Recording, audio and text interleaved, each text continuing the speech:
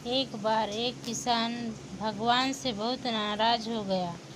कभी बाढ़ आती, कभी सूखा पड़ता, कभी धूप बहुत तेज होती, कभी ओले पड़ते। हर बार किसी न किसी वजह से उसकी फसल खराब हो जाती थी। एक दिन वह बहुत परेशान हो गया और उसने भगवान से कहा, देखिए भगवान, आप सर्वशक्तिमान हैं, लेकिन ऐसा लगता है कि आप खेती बाड़ी के बारे में ज़्यादा नहीं जानते हैं। मेरी आपसे एक प्रार्थना है कि एक साल मुझे एक मौका दें, जैसा मैं चाहूँ वैसा हो। तब आप देखेंगे कि अन्न भंडार कैसे भरता हूँ। भगवान मुस्कुराए और कहा, ठीक है, मैं तुम्हें मौसम दूंगा जैसा कि तुम कहते हो। मैं हस्तक्षेप नहीं करूँगा।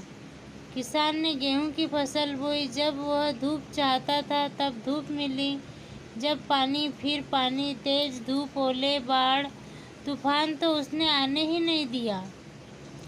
फसल समय के साथ बढ़ती गई और किसान खुश था, लेकिन ऐसी फसल आज तक नहीं हुई थी। किसान ने अपने मन में सोचा, भगवान को तो खेती बाड़ी का कुछ भी अनुभव नहीं है, वे कैसे इतने सालों तक किसानों को परेशान करते रहे।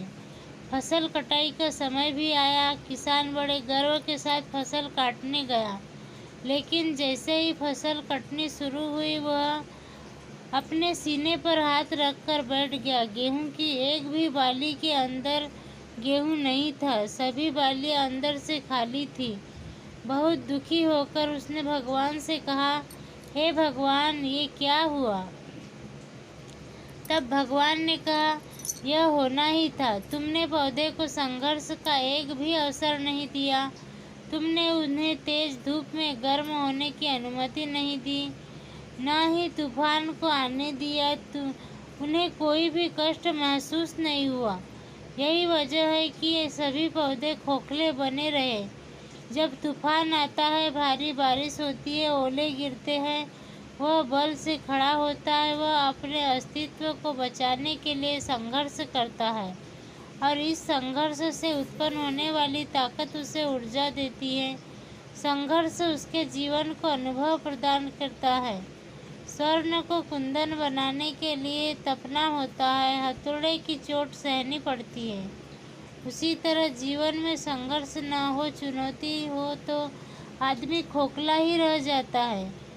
उसमें कोई गुण नहीं होता जो उसे मजबूत बनाते हैं। अगर हमें प्रतिभाशाली होना है तो हमें इन परिस्थितियों को स्वीकार करना होगा, अन्यथा हम खोखले बने रहेंगे। यदि आप अपने जीवन में सफल होना चाहते हैं, प्रतिभाशाली होना चाहते हैं, तो आपको संघर्ष और चुनौतियों का सामना करना पड़ेगा।